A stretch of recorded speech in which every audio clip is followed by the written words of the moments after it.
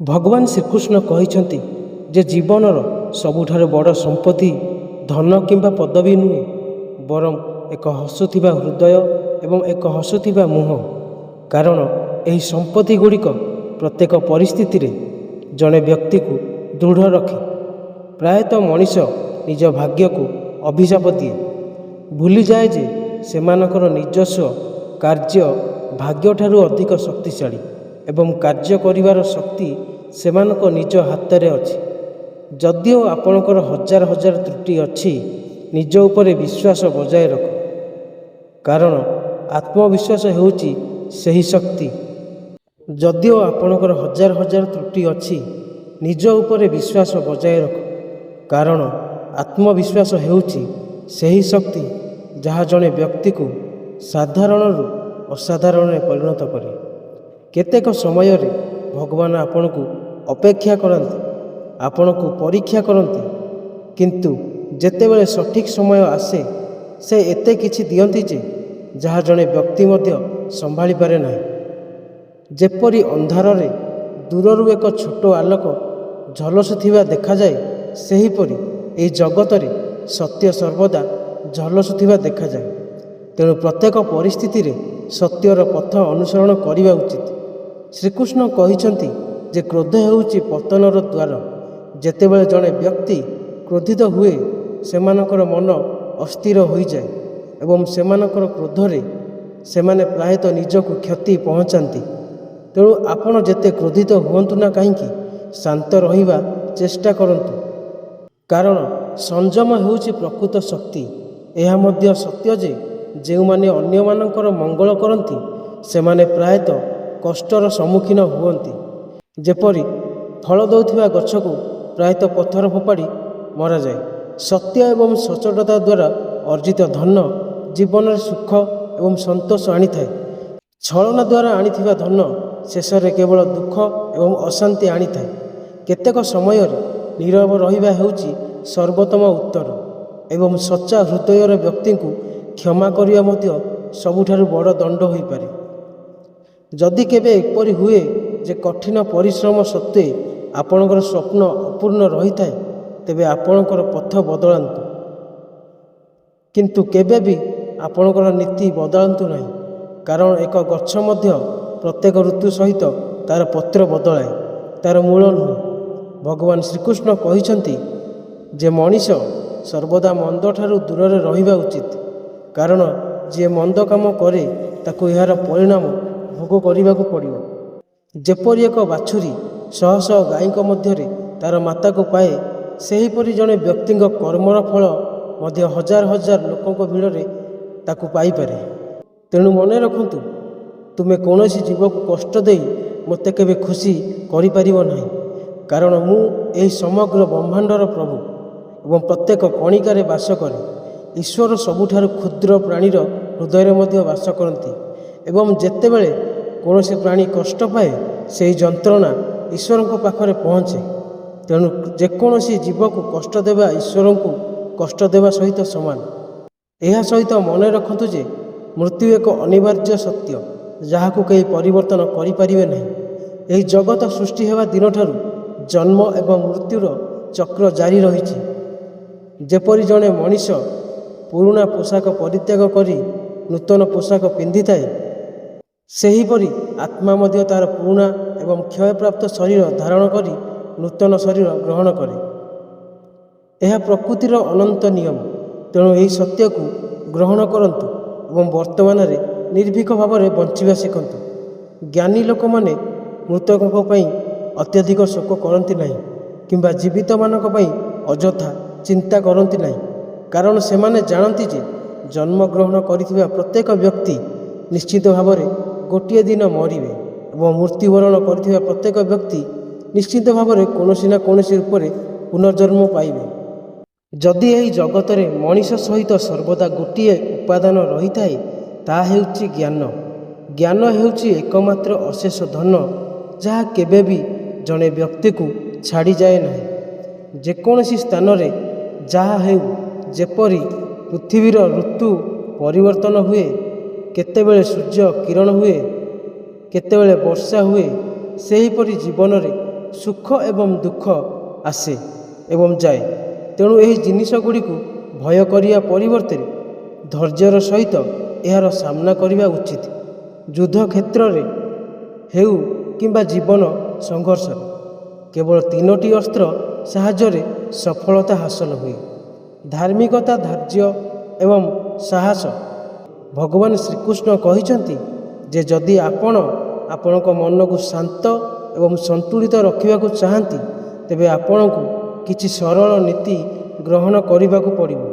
ପ୍ରଥମତଃ, କାହାରି କଥାରେ ହସ୍ତକ୍ଷେପ କରନ୍ତୁ ନାହିଁ ଯେପର୍ଯ୍ୟନ୍ତ ସେମାନେ ଆପଣଙ୍କ ପରାମର୍ଶ ନ ମାଗନ୍ତି। ଦ୍ୱିତୀୟତଃ, କ୍ଷମା କରିବାକୁ ଶିଖନ୍ତୁ ଏବଂ ଛୋଟ ଛୋଟ କଥା ଭୁଲିଯିବାର ଅଭ୍ୟାସ କରନ୍ତୁ। ତୃତୀୟତଃ, ସବୁବେଳେ ସ୍ୱୀକୃତି ଏବଂ ପ୍ରଶଂସା ଲୋଭ କରନ୍ତୁ ନାହିଁ। ଚତୁର୍ଥତଃ, ଆପଣଙ୍କ ମନକୁ ଈର୍ଷା ଏବଂ ଈର୍ଷାରୁ ମୁକ୍ତ ରଖନ୍ତୁ। ପଞ୍ଚମ, ଧ୍ୟାନ ଏବଂ ଆତ୍ମନିରୀକ୍ଷଣ ପାଇଁ ପ୍ରତିଦିନ କିଛି ସମୟ ରଖିବାକୁ ନିଶ୍ଚିତ କରନ୍ତୁ। ଷଷ୍ଠତଃ, ପରିସ୍ଥିତି ସହିତ ଖାପ ଖୁଆଇବାର କଳା ଶିଖନ୍ତୁ। ସପ୍ତମ, ଧୈର୍ଯ୍ୟ ସହିତ କେବେ ବି ପରିବର୍ତ୍ତନ ହୋଇପାରିବ ନାହିଁ, ଏପରି ଜିନିଷ ସହ୍ୟ କରିବାକୁ ଶିଖନ୍ତୁ। ଅଷ୍ଟମ, ସମ୍ପୂର୍ଣ୍ଣ ସମର୍ପଣ ସହିତ ଯେତେ କାମ କରିପାରିବେ କେବଳ ସେତିକି କାମ କରନ୍ତୁ। ନବମ, ଅଯଥାରେ ବିଳମ୍ବ କରନ୍ତୁ ନାହିଁ ଏବଂ ଏପରି କିଛି କରନ୍ତୁ ନାହିଁ ଯାହା ପାଇଁ ଆପଣ ପରେ ଅନୁତାପ କରିବେ। ଏବଂ ଶେଷରେ, ତୁମର ମନ ଏବଂ ବୁଦ୍ଧିକୁ ଖାଲି ରହିବାକୁ ଦିଅ ନାହିଁ, କାରଣ ଏକ ନିଷ୍କ୍ରିୟ ମନ ପ୍ରାୟତଃ ନକାରାତ୍ମକ ଚିନ୍ତାଧାରାର ପ୍ରଯୋଜନ ଭୂମି ହୋଇଥାଏ। ଏହା ସହିତ ମନେ ରଖ ଯେ ତୁମର ଜୀବନକୁ ଅନ୍ୟ କାହାର ଜୀବନ ସହିତ ତୁଳନା କରିବା ବ୍ୟର୍ଥ। ଯେପରି ସୂର୍ଯ୍ୟ ଏବଂ ଚନ୍ଦ୍ର ମଧ୍ୟରେ କୌଣସି ତୁଳନା ନାହିଁ, ଉଭୟ ନିଜ ନିଜ ସମୟରେ ଚମକନ୍ତି। ଯେଉଁମାନେ ଜୀବନରେ ମହାନତା ଉଚ୍ଚତା ହାସଲ କରନ୍ତି, ସେମାନେ ହିଁ ମହାନ ଉଚ୍ଚତା ହାସଲ କରନ୍ତି। ଯେଉଁମାନେ ପ୍ରତିଶୋଧର ମନୋଭାବ ପୋଷଣ କରନ୍ତି ସେମାନେ ନୁହେଁ, ଯେଉଁମାନେ ପରିବର୍ତ୍ତନ ବିଷୟରେ ଚିନ୍ତା କରନ୍ତି। ସତ୍ୟ ହେଉଛି ଜୀବନ ଛୋଟ ନୁହେଁ, ବରଂ ଲୋକମାନେ ପ୍ରାୟତଃ ବିଳମ୍ବରେ ବଞ୍ଚିବା ଆରମ୍ଭ କରନ୍ତି ଏବଂ ଯେତେବେଳେ ସେମାନେ ଜୀବନର ପଥ ବୁଝିପାରନ୍ତି, ସେତେବେଳେ ପଛକୁ ଫେରିବାର ସମୟ ଆସିଯାଏ। ଏହା ଜୀବନର ସତ୍ୟ। ଈଶ୍ୱର ସମସ୍ତ ମଣିଷକୁ ଗୋଟିଏ ମାଟିରୁ ସୃଷ୍ଟି କରିଛନ୍ତି। କେବଳ ପାର୍ଥକ୍ୟ ଏତିକି ଯେ କେତେକ ବାହାରେ ସୁନ୍ଦର, ଅନ୍ୟମାନେ ଭିତରେ ସୁନ୍ଦର। ତେଣୁ ଯଦି ତୁମେ ଉପରେ କେବେ ମିଥ୍ୟା ଅଭିଯୋଗ ଆସେ, ତେବେ ଭୟ ଏବଂ ଚିନ୍ତିତ ହୁଅ ନାହିଁ। ସାହସର ସହିତ ସେମାନଙ୍କର ସାମ୍ନା କର। ସୂର୍ଯ୍ୟ ଏବଂ ଚନ୍ଦ୍ରକୁ ମଧ୍ୟ ସମୟର ପ୍ରକୋପ ସହିବାକୁ ପଡ଼ିଥାଏ। ଯଦି ତୁମେ ପ୍ରକୃତରେ କାହାକୁ ଭଲ ପାଉଛ ଏବଂ ସେମାନେ ତୁମକୁ ପ୍ରଶଂସା କରନ୍ତି ନାହିଁ, ତେବେ ଏହା ତୁମର ଦୁର୍ଭାଗ୍ୟ ନୁହେଁ, ବରଂ ସେମାନଙ୍କର ଜୀବନର ଏହି ଖେଳ ଜନ୍ମ ସମୟରେ ବଣ୍ଟାଯାଇଥିବା ମିଠା ସହିତ ଆରମ୍ଭ ହୁଏ ଏବଂ ଶ୍ରାଦ୍ଧ ଉତ୍ସବ ସମୟରେ ପ୍ରଦାନ କରାଯାଇଥିବା କ୍ଷୀରି ମିଠା ଖାଦ୍ୟ ସହିତ ଶେଷ ହୁଏ। ବିଡ଼ମ୍ବନା ହେଉଛି ଯେ ଉଭୟ ସମୟରେ ଜଣେ ବ୍ୟକ୍ତି ସେହି ମିଠା ମଧ୍ୟ ସ୍ୱାଦ ନେଇପାରେ ନାହିଁ। ଏହା ଜୀବନର ରହସ୍ୟ। ଏହାର ପ୍ରକୃତ ମିଠା। ଜଣେ ଗରିବ ବ୍ୟକ୍ତି ସର୍ବଦା ଭଲ ସମୟ ପାଇଁ ଆଶା କରେ, ଯେତେବେଳେ ଜଣେ ଧନୀ ବ୍ୟକ୍ତି ପ୍ରାୟତଃ ଖରାପ ସମୟକୁ ଭୟ କରେ। ଏବଂ ଶେଷରେ ଏକ ଗଭୀର ବିନ୍ଦୁ, ଯେତେବେଳେ ଆମେ ନିଜ ନିଶ୍ୱାସ ଉପରେ ସମ୍ପୂର୍ଣ୍ଣ ବିଶ୍ୱାସୀ ନଥାଉ, ଆମେ ପ୍ରାୟତଃ ଅନ୍ୟମାନଙ୍କ ଉପରେ ଅତ୍ୟଧିକ ନିର୍ଭର କରୁ। ତେଣୁ ବୁଝାମଣା, ସନ୍ତୁଳନ ଏବଂ ବିଶ୍ୱାସ ସହିତ ଜୀବନ ବିତାଇବା ହେଉଛି ପ୍ରକୃତ ଜ୍ଞାନ।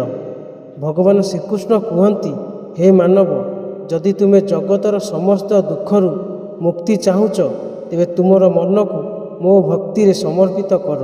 କାରଣ ଯିଏ ପ୍ରକୃତରେ ତୁମର ପୂଜା କରେ ନାହିଁ, ସେ ଏହି ଜୀବନରେ କିମ୍ବା ପରଲୋକରେ ଶାନ୍ତି ପାଏ ନାହିଁ। ଏକ ଚଞ୍ଚଳ ମନ ତାର ସ୍ୱଭାବରେ ଅନ୍ତର୍ନିହିତ। ଆମର ମନ ବାରମ୍ବାର ଭାବୁଛି ଯେ ଯଦି ଏହା ନିରନ୍ତର ସବୁକିଛି ଚିନ୍ତନ କରେ, ତେବେ ଏହା ଆମକୁ ପ୍ରତ୍ୟେକ ସଙ୍କଟ ଏବଂ କଷ୍ଟରୁ ରକ୍ଷା କରିବ। କିନ୍ତୁ ବାସ୍ତବରେ ଏହା କେବଳ ଏକ ଭ୍ରମ। ଆମେ ଆମ ଜୀବନରେ ଏକ ବଡ଼ ଅଂଶ କେବଳ ଚିନ୍ତା ଏବଂ ଚିନ୍ତନରେ ନଷ୍ଟ କରିଦେଉ। କେବଳ ଚିନ୍ତା କର, କ'ଣ କାଉକୁ ଗାଈ ମାରିବାକୁ କୁହାଯାଇପାରିବ ନାହିଁ କି ବେଙ୍ଗକୁ ପାଣିରେ ଡେଇଁବାକୁ କୁହାଯାଇପାରିବ ନାହିଁ। ସେହିପରି ଆମର ମନ ସ୍ୱଭାବତଃ ଚଞ୍ଚଳ। ଜୀବନରେ ଯାହା ଘଟେ ଭଲ କିମ୍ବା ଖରାପ ଆମର ମନ ତୁରନ୍ତ ତାହା ପ୍ରତି ପ୍ରତିକ୍ରିୟା କରେ, ଚିନ୍ତିତ ହୁଏ। କେତେବେଳେ ଏକ ଖରାପ ଘଟଣା ଏପର୍ଯ୍ୟନ୍ତ ଘଟିନାହିଁ, କିନ୍ତୁ ଆମର ମନ ପୂର୍ବରୁ ଭୟ ଏବଂ ଚିନ୍ତାକୁ ଉତ୍ତେଜିତ କରୁଛି। କେତେବେଳେ ଏପରି ମନେ ହୁଏ ଯେପରି ଆମ ମଧ୍ୟରୁ ଅନେକ କେବଳ ଅଶାନ୍ତ ହେବା ପାଇଁ ବଞ୍ଚନ୍ତି। ସତ୍ୟ ହେଉଛି, ଯଦି ଜଣେ ବ୍ୟକ୍ତି ତାଙ୍କ ମନକୁ ବୁଝେ ଏବଂ ଏହାକୁ ସଂଯମ ଏବଂ ଭକ୍ତିର ପଥ ଉପରେ ରଖେ, ତେବେ ଏହା ତାଙ୍କ ସବୁଠାରୁ ବଡ଼ ଶକ୍ତି ହୋଇପାରେ। ତାଙ୍କୁ ଶାନ୍ତି, ସନ୍ତୁଳନ ଏବଂ ପ୍ରକୃତ ଖୁସି ଆଡ଼କୁ ନେଇଯାଇପାରେ। ଯଦି ଆପଣଙ୍କ ଚିନ୍ତାଧାରା ପବିତ୍ର ହୋଇଯାଏ ଏବଂ କାହାର ସାଥିରେ ରହିବା ଦ୍ୱାରା ଆପଣଙ୍କ ମନ ଶାନ୍ତ ହୋଇଯାଏ, ତେବେ ବୁଝନ୍ତୁ ଯେ ସେହି ବ୍ୟକ୍ତି ସାଧାରଣ ନୁହେଁ। ଭଗବାନ ଶ୍ରୀକୃଷ୍ଣ କହିଛନ୍ତି ଯେ ଯେତେବେଳେ ଜଣେ ମଣିଷ ଏହି ଜଗତରେ ଜନ୍ମ ହୁଏ, ସେମାନଙ୍କର ନିଶ୍ୱାସ ଥାଏ କିନ୍ତୁ ନାମ ଥାଏ, ଏବଂ ଯେତେବେଳେ ସେମାନେ ଏହି ଜଗତ ଛାଡ଼ିଯାଆନ୍ତି, ସେମାନଙ୍କର ନାମ ଥାଏ କିନ୍ତୁ ନିଶ୍ୱାସ ନଥାଏ। ଏହି ନିଶ୍ୱାସ ଏବଂ ନାମ ମଧ୍ୟରେ ଥିବା ଛୋଟ ଯାତ୍ରାକୁ ଜୀବନ କୁହାଯାଏ। ତେଣୁ କାହାର ଅନୁପସ୍ଥିତିରେ କିମ୍ବା କାହାର ପ୍ରଭାବରେ ନୁହେଁ ଜୀବନ ବଞ୍ଚନ୍ତୁ। ଏହି ଜୀବନ ଆପଣଙ୍କର। ଏହାକୁ ଆପଣଙ୍କର ପ୍ରକୃତି, ଆପଣଙ୍କ ସତ୍ୟ ଏବଂ ଆପଣଙ୍କ ଧର୍ମ ଅନୁସାରେ ବଞ୍ଚନ୍ତୁ। ଭଗବାନ ଶ୍ରୀକୃଷ୍ଣ କହିଛନ୍ତି ଯେ ମାନବ ଜୀବନରେ ଅଧିକାଂଶ ସମୟ ସମସ୍ୟା, ଦୁଃଖ ଏବଂ ଦ୍ୱନ୍ଦ୍ୱ ପ୍ରକୃତରେ ବାହ୍ୟ ନୁହେଁ, ବରଂ ଆମ ନିଜସ୍ୱ କାହାଣୀ କିମ୍ବା ଆସକ୍ତିର ମୂଳ। ପ୍ରାୟତଃ ଆମକୁ ଯାହା ବହୁତ ଗୁରୁତ୍ୱପୂର୍ଣ୍ଣ ମନେ ହୁଏ, ତାହା କେବଳ ମନର ଏକ ଅବସ୍ଥା। ତେଣୁ ମୁକ୍ତିର ପଥ ଆମ ଭିତରେ ନିହିତ। ଯେତେବେଳେ ଜଣେ ବ୍ୟକ୍ତି ଶାନ୍ତ ମନରେ ଚିନ୍ତନ କରେ ଏବଂ ସମାଧାନ ପାଇଁ ପଦକ୍ଷେପ ନିଏ, ସେତେବେଳେ ହିଁ ସତ୍ୟ ପଥ ଦେଖିପାରିବେ। ମନେ ରଖନ୍ତୁ, ଜୀବନ ଯେତେ କଷ୍ଟକର ହେଉ, ଅନ୍ଧକାର ଯେତେ ଗଭୀର ହେଉ, ଭାଗବତ ଗୀତାର ଗୋଟିଏ ଶ୍ଲୋକ ମଧ୍ୟ ଗୋଟିଏ ଶିକ୍ଷା ଜୀବନକୁ ପରିବର୍ତ୍ତନ କରିବାର ଶକ୍ତି ରଖେ। ଭଗବାନ ଶ୍ରୀକୃଷ୍ଣ କହିଛନ୍ତି, କେବଳ ଜଣେ ସଚ୍ଚା ହୃଦୟ ଥିବା ବ୍ୟକ୍ତି ସାହାଯ୍ୟ କରିପାରିବେ, କାରଣ ସ୍ୱାର୍ଥ ଥିବା ପରିଚାଳିତ ଜଣେ ଲୋଭୀ ବ୍ୟକ୍ତି ତାଙ୍କ ପିତାମାତାଙ୍କୁ ମଧ୍ୟ ଭୁଲିଯାଏ। ମନେ ରଖନ୍ତୁ, ଭଙ୍ଗା କାଚ ପରି ଭଙ୍ଗା ସମ୍ପର୍କ ଗଭୀର ଭାବରେ ବିନ୍ଧେ। କିଛି ଲୋକ ବିଶେଷ କିଛି କରନ୍ତି ନାହିଁ, କିନ୍ତୁ ସେମାନଙ୍କୁ ପ୍ରଶଂସା କରାଯାଏ, ଏବଂ କିଛି ଲୋକ ଯେତେବେଳେ ସେମାନେ ସେମାନଙ୍କର ସମ୍ପୂର୍ଣ୍ଣ ଭକ୍ତି ପ୍ରଦାନ କରନ୍ତି, ସେମାନଙ୍କର ମୂଲ୍ୟ ହୁଏ ନାହିଁ। ଜଣେ ବ୍ୟକ୍ତି କମ୍ କଥା କହେ, କିନ୍ତୁ ତାଙ୍କ ଦିନଗୁଡ଼ିକ ଜୋରରେ କଥା କୁହେ।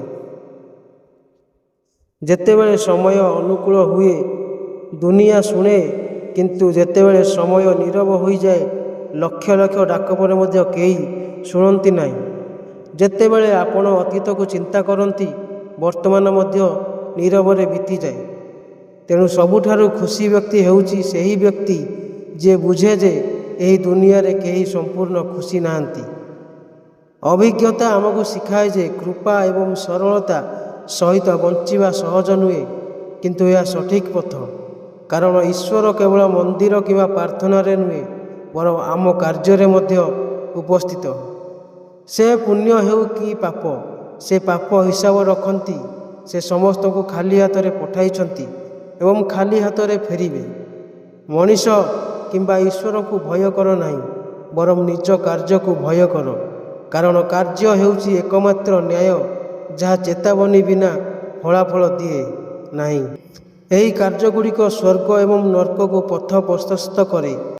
ତେଣୁ ଆପଣଙ୍କର କାର୍ଯ୍ୟଗୁଡ଼ିକ ସୁନ୍ଦର ଏବଂ ନିଷ୍କଳଙ୍କ ରଖନ୍ତୁ, ଯାହାଦ୍ୱାରା ଜୀବନରେ ଭୟ ବନ୍ଦ ହୋଇଯାଏ। ଆମେ ଆମର ମୂଲ୍ୟ ନିର୍ଣ୍ଣୟ କରୁ। ଲୋକମାନେ କେବଳ ଆମକୁ ଦର୍ପଣ ଭାବରେ ଧରି ରଖନ୍ତି। କିଛି ଲୋକ ଭାଗ୍ୟ ହେଉଛି ପ୍ରେମ ବାଣ୍ଟିବା। ଅନ୍ଧାରକୁ ଅଭିଶାପ ଦେବା ଅପେକ୍ଷା ଦୀପ ଜାଳିବା ଭଲ। ଯେଉଁମାନେ ନିଜର ଯନ୍ତ୍ରଣା ଏବଂ ହସକୁ ଲୁଚାଇବାକୁ ଶିଖିଛନ୍ତି, ସେମାନେ ବଞ୍ଚିବା ଶିଖିଛନ୍ତି। ଶବ୍ଦ କେତେବେଳେ ବିନ୍ଧା ଦେଇପାରେ, କିନ୍ତୁ ଗଭୀର ଭାବରେ କ୍ଷତକୁ ନୀରବ କରିଦିଏ। ଧନ ଚୋରି ହୋଇପାରେ, କିନ୍ତୁ ଜ୍ଞାନ ନୁହେଁ। ତେଣୁ କେବଳ ଧନ ନୁହେଁ, ପିଲାମାନଙ୍କୁ ଶିକ୍ଷିତ ଏବଂ ପାଳନ କରନ୍ତୁ। ଯଦି ଆପଣ ଗୋଲାପୀ ପରି ଫୁଟିବାକୁ ଚାହାନ୍ତି, ତେବେ ଆପଣଙ୍କୁ କଣ୍ଟା ସହିତ ବଞ୍ଚିବା ମଧ୍ୟ ଶିଖିବାକୁ ପଡ଼େ। ଧୈର୍ଯ୍ୟ ଏବଂ ସହନଶୀଳତା ଦୁର୍ବଳତା ନୁହେଁ, ବରଂ ଆତ୍ମାର ଶକ୍ତି। ଲୋକମାନେ କୁହନ୍ତି ଯେ ପଥର ହୃଦୟ କାନ୍ଦେ ନାହିଁ, କିନ୍ତୁ ଯଦି ସତ, ତେବେ ପାହାଡ଼ରୁ ଝରଣା କାହିଁକି ବହିଯାଏ? ସମସ୍ତଙ୍କ ସହିତ ନିଜର ଅସୁବିଧା ବାଣ୍ଟନ୍ତୁ ନାହିଁ। କିଛି ଲୋକ ହୃଦୟରୁ ଅଧିକ ଖୁସି ଥାଆନ୍ତି ଯାହା ସେମାନେ ଅନୁଭବ କରନ୍ତି। କେହି ଯେତେ ନିକଟତର ହୁଅନ୍ତି ନା କାହିଁକି, ଯିଏ ଆପଣଙ୍କୁ କଷ୍ଟ ସମୟରେ ପରିତ୍ୟାଗ କରେ, ସେ ଆପଣଙ୍କ ହୃଦୟରେ ହଜିଯାଏ। ଏହା ମଧ୍ୟ ସତ୍ୟ ଯେ ତୁମେ ଯେଉଁମାନଙ୍କୁ ପ୍ରକୃତରେ ସମ୍ମାନ କର, ସେମାନଙ୍କର କ୍ରୋଧକୁ ସହ୍ୟ କରିପାରିବ, କିନ୍ତୁ ସେମାନଙ୍କୁ ଅଣଦେଖା କରି ତୁମେ କେବେ ସହ୍ୟ କରିପାରିବ ନାହିଁ। ଭଗବାନ ଶ୍ରୀକୃଷ୍ଣ କହିଛନ୍ତି ଯେ ଏହି ମୂଲ୍ୟବାନ ମାନବ ଜୀବନର ସବୁଠାରୁ ବଡ଼ ରହସ୍ୟ ହେଉଛି ଯେ ମଣିଷମାନେ ସେମାନଙ୍କର ପ୍ରକୃତ ସ୍ୱଭାବକୁ ଭୁଲି ଯାଇ ସଂସାରର ମିଥ୍ୟା ସମ୍ପର୍କ ଏବଂ ନଷ୍ଟଶୀଳ ଜିନିଷରେ ସୁଖ ଖୋଜୁଛନ୍ତି।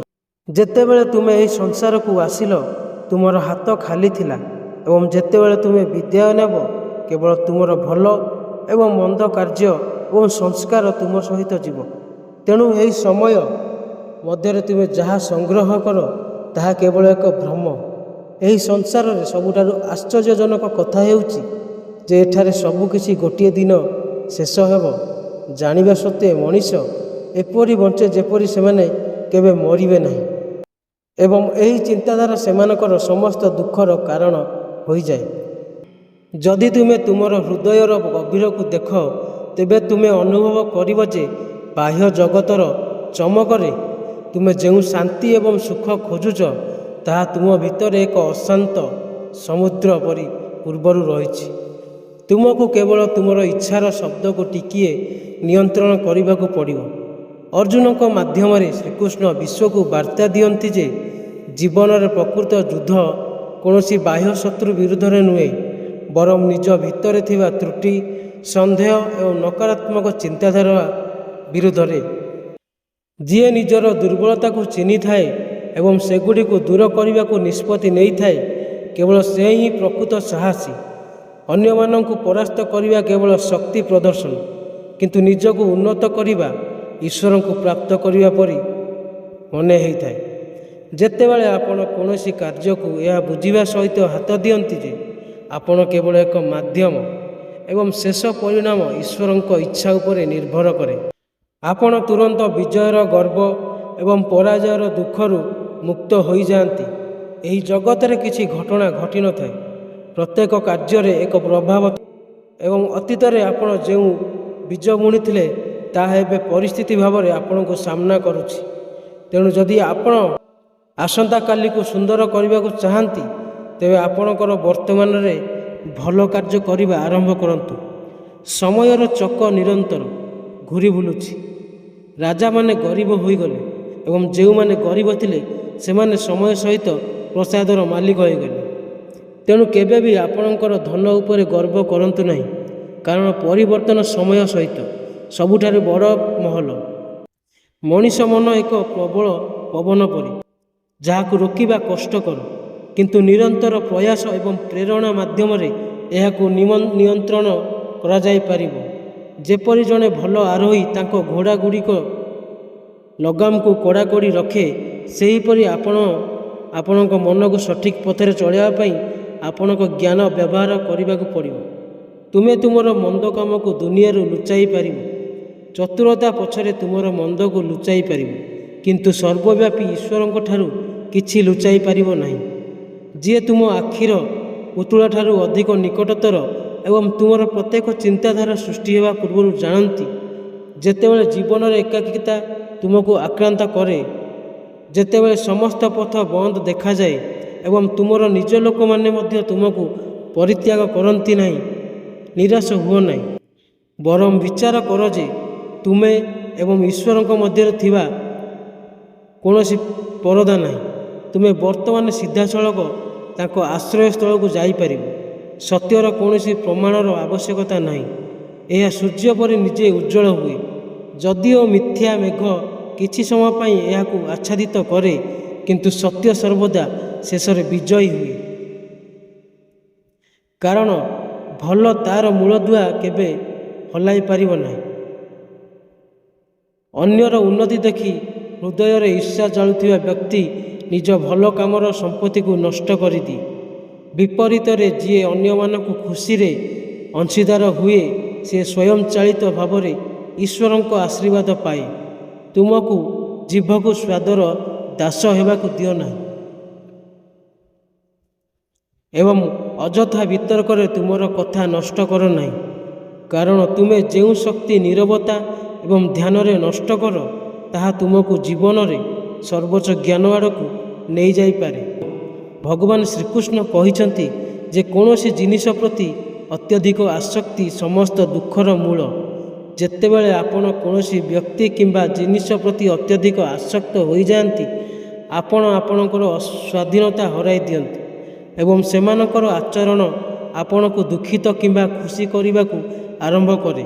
ତେଣୁ ପ୍ରେମ କରନ୍ତୁ, କିନ୍ତୁ କାହା ସହିତ ଆସକ୍ତ ହୁଅନ୍ତୁ ନାହିଁ। ଏହି ଦୁନିଆ ଏକ ମହାନ ନାଟକର ମଞ୍ଚ ପରି, ଯେଉଁଠାରେ ସମସ୍ତଙ୍କ ଭୂମିକା ରହିଛି। କେତେକ ଭଲ ଚରିତ୍ର ଅଭିନୟ କରିଛନ୍ତି, କେତେକ ଖରାପ ଚରିତ୍ର, କିନ୍ତୁ ପରଦା ପଛରେ କେବଳ ଈଶ୍ୱର ହିଁ ସବୁକିଛି ନିୟନ୍ତ୍ରଣ କରନ୍ତି। ତେଣୁ ଏପରି ଆନ୍ତରିକତାର ସହିତ ଆପଣଙ୍କର ଭୂମିକା ନିର୍ବାହ କରନ୍ତୁ ଯେ ନାଟକ ଶେଷ ହେଲେ ଦର୍ଶକମାନେ ଦେଖିବାରେ ରହିଯାଆନ୍ତି। ଜୀବନ ଆପଣ କେତେ ବର୍ଷ ବଞ୍ଚିଥାନ୍ତି ତାହା ଦ୍ୱାରା ମପାଯାଏ ନାହିଁ, ବରଂ ସେହି ବର୍ଷଗୁଡ଼ିକରେ ଆପଣ କେତେ ନିଶ୍ୱାସ ନିଅନ୍ତି, ସଚେତନତା, କରୁଣା ଏବଂ ସେବାରେ ପରିପୂର୍ଣ୍ଣ କରନ୍ତି, ତାହା ମପାଯାଏ। ଯେତେବେଳେ ଆପଣ ଏକ ଅସହାୟ ପ୍ରାଣୀକୁ ସାହାଯ୍ୟର ହାତ ବଢ଼ାନ୍ତି, ବୁଝନ୍ତୁ ଯେ ସ୍ୱୟଂ ଈଶ୍ୱରଙ୍କ ଶକ୍ତି ଆପଣଙ୍କ ଭିତରେ କାମ କରୁଛି, କାରଣ ଦୟା ଏବଂ କରୁଣା ହେଉଛି ଈଶ୍ୱରଙ୍କ ପ୍ରକୃତ ପରିଚୟ। ଆପଣଙ୍କ ଶରୀରକୁ ଏକ ମନ୍ଦିର ବୋଲି ବିବେଚନା କରାଯାଏ। ଏହାର ସ୍ୱଚ୍ଛତା ଏବଂ ପବିତ୍ରତା ବଜାୟ ରଖନ୍ତୁ, କିନ୍ତୁ ଏଥିରେ ଏତେ ଆକର୍ଷିତ ହୁଅ ନାହିଁ ଯେ ତୁମେ ଏହା ଭିତରେ ଥିବା ଅମର ଆତ୍ମାକୁ ଭୁଲିଯାଅ, ଯାହା କେବେ ବୁଦ୍ଧ ହୁଏ ନାହିଁ କିମ୍ବା ମରେ ନାହିଁ। କଷ୍ଟକର ପରିସ୍ଥିତିରେ ଯେତେବେଳେ ତୁମର ସାହସ ଦୁର୍ବଳ ହୁଏ, ମନେ ରଖ ଯେ ପ୍ରବଳ ବର୍ଷା ପରେ କେବଳ ଆକାଶ ସଫା ହୁଏ ଏବଂ ଘୋର ଅନ୍ଧକାର ପରେ କେବଳ ପ୍ରଭାତର ପ୍ରଥମ କିରଣ ଦେଖାଯାଏ। ତେଣୁ ସଂଘର୍ଷ ଏହି ସମୟ ତୁମକୁ ଭାଙ୍ଗିବା ପାଇଁ ନୁହେଁ, ବରଂ ତୁମକୁ ଶକ୍ତିଶାଳୀ କରିବା ପାଇଁ ଉଦ୍ଦିଷ୍ଟ। ଯେଉଁମାନେ ବାହ୍ୟ ଦୃଶ୍ୟ, ଉପବାସ ଏବଂ ପୂଜାରେ ବ୍ୟସ୍ତ, କିନ୍ତୁ ସେମାନଙ୍କର ହୃଦୟକୁ ଛଳ, ଲୋଭ ଏବଂ ଘୃଣାରୁ ସଫା କରିବାରେ ବିଫଳ ହୁଅନ୍ତି, ସେମାନଙ୍କର ଭକ୍ତି ଏହି ମଇଳା ପାତ୍ରରେ କ୍ଷୀର ସଂରକ୍ଷଣ କରିବାକୁ ଚେଷ୍ଟା କରିବା ପରି। ପ୍ରକୃତ ପ୍ରାର୍ଥନା ହେଉଛି ଆତ୍ମା ଏବଂ ପରମାତ୍ମା ମଧ୍ୟରେ ଶବ୍ଦର ଆବଶ୍ୟକତା ବିନା ଘଟୁଥିବା ନୀରବ ଆଲୋଚନା। ହୃଦୟର ଏକ ଆକାଂକ୍ଷା ଏବଂ ସମ୍ପୂର୍ଣ୍ଣ ଆତ୍ମସମର୍ପଣ ଯଥେଷ୍ଟ। ଭଗବାନ ଶ୍ରୀକୃଷ୍ଣ କହିଛନ୍ତି ଯେ କ୍ଷମା ହେଉଛି ସାହସୀର ପ୍ରକୃତ ପରିଚୟ। ଜଣେ ବ୍ୟକ୍ତି ଯିଏ ଭୁଲ ଦେଖିବା ସତ୍ତ୍ୱେ ହୃଦୟରୁ କ୍ଷମା କରନ୍ତି, ପ୍ରକୃତରେ ନିଜ ଭିତରେ ଥିବା ତିକ୍ତତାର ବନ୍ଧନରୁ ମୁକ୍ତ କରନ୍ତି, ଯାହା ସେମାନଙ୍କୁ କଷ୍ଟ ଦେଉଛି। ଏହି ଦୁନିଆରେ କୌଣସି ପରିସ୍ଥିତି ସ୍ଥାୟୀ ନୁହେଁ। ଯଦି ଆଜି ତୁମ ଉପରେ ଦୁଃଖର ପାହାଡ଼ ପଡ଼ିଛି, ତେବେ ବିଶ୍ୱାସ ରଖ, ଖୁସିର ଦିନଗୁଡ଼ିକ ଖୁବ୍ ଶୀଘ୍ର ତୁମ ଦ୍ୱାରରେ ଠକ୍ ଠକ୍ କରିବ। ତୁମକୁ କେବଳ ତୁମର ବିଶ୍ୱାସକୁ ଦୃଢ଼ ରଖିବାକୁ ପଡ଼ିବ। ପରିଣାମ ଯାହା ହେଉନା କାହିଁକି, ତୁମ କାମରୁ କେବେ ବି ପଛକୁ ହଟିବ ନାହିଁ, କାରଣ କାପୁରୁଷତା ଜଣେ ବ୍ୟକ୍ତିଙ୍କ ମର୍ଯ୍ୟାଦା ନଷ୍ଟ କରିଦିଏ ଏବଂ ସମସ୍ୟା ସମୟରେ ପଳାଇ ଯାଉଥିବା ବ୍ୟକ୍ତିକୁ ମୃତ ବୋଲି ବିବେଚନା କରାଯାଏ। ତୁମର ବିଫଳତାକୁ ଭାଗ୍ୟ ଭାବରେ ଗ୍ରହଣ କର ନାହିଁ। ସେମାନେ କେବଳ ଦେଖାନ୍ତି ଯେ ତୁମକୁ ସଫଳତା ପାଇଁ ସମ୍ପୂର୍ଣ୍ଣ ହୃଦୟର ସହିତ ପ୍ରୟାସ କରିନାହଁ। ଉଠ, ପୁଣି ସାହସ ସଂଗ୍ରହ କର ଏବଂ ନୂତନ ଶକ୍ତି ସହିତ ତୁମର ଲକ୍ଷ୍ୟ ଆଡ଼କୁ ଅଗ୍ରସର ହୁଅ। ଜଣେ ଜ୍ଞାନୀ ବ୍ୟକ୍ତି ହେଉଛି ଯିଏ ସମ୍ମାନ ଏବଂ ଅପମାନ, ପ୍ରଶଂସା ଏବଂ ଅପମାନ, ଲାଭ ଏବଂ କ୍ଷତି ସାମ୍ନାରେ ଶାନ୍ତ ରହିଥାଏ, କାରଣ ସେ ବୁଝେ ଯେ ଏହିସବୁ ଦୁନିଆର ସବୁ ଛାୟା, ଯାହା ଆସୁଛି ଏବଂ ଯାହା ଯାଉଛି, କିନ୍ତୁ ତାଙ୍କର ଆନ୍ତରିକ ଶାନ୍ତି ଏସବୁକୁ ଅତିକ୍ରମ କରିଯାଏ। ଧନର କେବଳ ଗୋଟିଏ ପଥ ଅଛି, ଦାନ, ଉପଯୁକ୍ତ ବ୍ୟବହାର ଏବଂ ନିରାଶ ଏବଂ ବିନାଶ। ଯେଉଁ ବ୍ୟକ୍ତି ନିଜ ସମ୍ପତ୍ତିକୁ ସଠିକ୍ ଭାବରେ ଦାନ କରନ୍ତି ନାହିଁ କିମ୍ବା ବ୍ୟବହାର କରନ୍ତି ନାହିଁ, ସେ ନିଜର ସମ୍ପତ୍ତି ହରାଇବା ପାଇଁ ସ୍ଥିର। ତେଣୁ ସମାଜକୁ ନିଜର ସର୍ବୋତ୍ତମ ସାମର୍ଥ୍ୟ ଅନୁସାରେ ଯୋଗଦାନ କରନ୍ତୁ। କାହାର ସୁନ୍ଦର ମୁହଁରେ ମୋହିତ ହୁଅନ୍ତୁ ନାହିଁ, କାରଣ ଏହି ରଙ୍ଗ ସମୟ ସହିତ ମଳିନ ହୋଇଯିବ, କିନ୍ତୁ ଭଲ ଗୁଣ ଏବଂ ଆଚରଣ ଆପଣଙ୍କ ଜୀବନର ଶେଷ ପର୍ଯ୍ୟନ୍ତ ଏବଂ ତାପରେ ମଧ୍ୟ ମନେ ରହିବ। ଯେତେବେଳେ ଆପଣ ଆପଣଙ୍କର ଗର୍ବକୁ ଛାଡ଼ି ଦିଅନ୍ତି, ଆପଣଙ୍କ ଭିତରେ ଏକ ଶୂନ୍ୟତା ସୃଷ୍ଟି ହୁଏ ଏବଂ ସେହି ଶୂନ୍ୟତାରେ ଭଗବାନ ତାଙ୍କ ବଂଶୀର ସୁମଧୁର ସ୍ୱର ପୂରଣ କରନ୍ତି। ଆପଣ ସମଗ୍ର ଜୀବନକୁ ଏକ ମଧୁର ସଙ୍ଗୀତରେ ପରିଣତ କରନ୍ତି। ଆପଣଙ୍କ ପିଲାମାନଙ୍କୁ ଧନ ଦେବା ପୂର୍ବରୁ ସେମାନଙ୍କ ମଧ୍ୟରେ ଭଲ ମୂଲ୍ୟବୋଧ ସୃଷ୍ଟି କରନ୍ତୁ, କାରଣ ମୂଲ୍ୟହୀନ ଧନ ବିନାଶ ଆଡ଼କୁ ନେଇଯାଏ। ଯେତେବେଳେ ସଂସ୍କାରୀ ପିଲାମାନେ ଦାରିଦ୍ର୍ୟରେ ମଧ୍ୟ ନିଜର ପଥ ଖୋଜନ୍ତି, ଏହି ପୃଥିବୀର ପ୍ରତ୍ୟେକ ଜୀବର ନିଜସ୍ୱ ଗୁରୁତ୍ୱ ଅଛି, ଏହି ଅଦରକାରୀ ନୁହନ୍ତି। ପ୍ରକୃତିର ସନ୍ତୁଳନ ବଜାୟ ରଖିବାରେ ଏକ ଛୋଟ ପିମ୍ପୁଡ଼ି ମଧ୍ୟ ନିଜର ଭୂମିକା ଗ୍ରହଣ କରେ। ତେଣୁ କୌଣସି ପ୍ରାଣୀଙ୍କୁ କମ୍ ମୂଲ୍ୟାଙ୍କନ କରିବାର ଭୁଲ କରନ୍ତୁ ନାହିଁ। ଭଗବାନ ଶ୍ରୀକୃଷ୍ଣ କହିଛନ୍ତି ଯେ ଯେଉଁ ବ୍ୟକ୍ତି କେବଳ ଅତୀତରେ ବାସ କରେ ଏବଂ ଏକ ଭଲ କାଲିର ସ୍ୱପ୍ନ ଦେଖେ, ସେ ଆଜିର ମୂଲ୍ୟବାନ ସମୟ ନଷ୍ଟ କରେ ଯାହା ପ୍ରକୃତରେ ତାଙ୍କ ହାତରେ ଅଛି। ଯେଉଁ ବ୍ୟକ୍ତି ସବୁକିଛି ଉପରେ ସନ୍ଦେହ କରେ, ସେ କେବେ ବି ଉନ୍ନତି କରିପାରିବ ନାହିଁ, କାରଣ ସନ୍ଦେହର କୀଟ ବୁଦ୍ଧିକୁ ଖାଇଯାଏ। ବ୍ୟକ୍ତିକୁ ସଠିକ୍ ନିଷ୍ପତ୍ତି ନେବାରୁ ବାଧା ଦିଏ।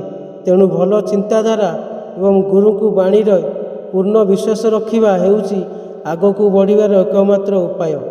ଆପଣଙ୍କ ଭିତରେ ଲୁଚି ରହିଥିବା ଶତ୍ରୁକୁ ଚିହ୍ନନ୍ତୁ। କ୍ରୋଧ, ଯାହା ବର୍ଷ ବର୍ଷର ସଦ୍ଭାବନା ଏବଂ ସମ୍ପର୍କକୁ ମୁହୂର୍ତ୍ତକରେ ନଷ୍ଟ କରିପାରେ।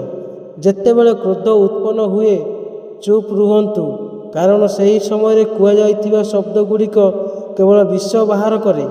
ଯଦି ଆପଣ ଜୀବନରେ ଜଣେ ପ୍ରକୃତ ମାର୍ଗଦର୍ଶକ କିମ୍ବା ଜଣେ ଭଲ ବ୍ୟକ୍ତି ପାଆନ୍ତି, ତେବେ ତାଙ୍କ କଥାକୁ ଆପଣଙ୍କ ହୃଦୟରେ ରଖନ୍ତୁ, କାରଣ ସେମାନେ କହିଥିବା ପ୍ରତ୍ୟେକ ଶବ୍ଦ ଆପଣଙ୍କୁ ଜୀବନର କଷ୍ଟସାଧ୍ୟ ପରିସ୍ଥିତି ଦେଇ ଗତି କରିବାକୁ ଶକ୍ତି ରଖେ।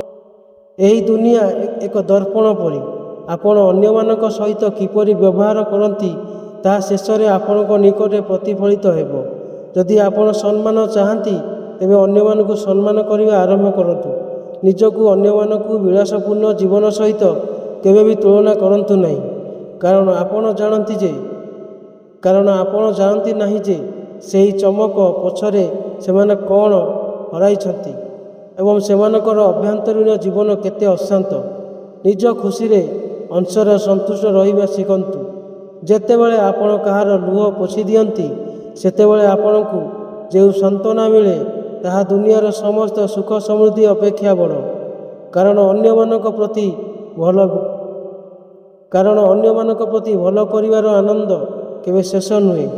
ମନ୍ଦ ପଛରେ ପଡ଼ିଥିବାରୁ ନିଜ ଇନ୍ଦ୍ରିୟକୁ ନିବୃତ୍ତ କର। ଯେପରି ଏକ ପୋକ ଅଗ୍ନିଶିଖା ପ୍ରତି ଆକର୍ଷିତ ହୋଇ ତାର ଜୀବନ ହରାଇଥାଏ, ସେହିପରି ଭୁଲ କାମନା ପଛରେ ପଡ଼ିଥିବା ବ୍ୟକ୍ତି ମଧ୍ୟ ତାର ଆଭ୍ୟନ୍ତରୀଣ ଶକ୍ତି ହରାଇଥାଏ।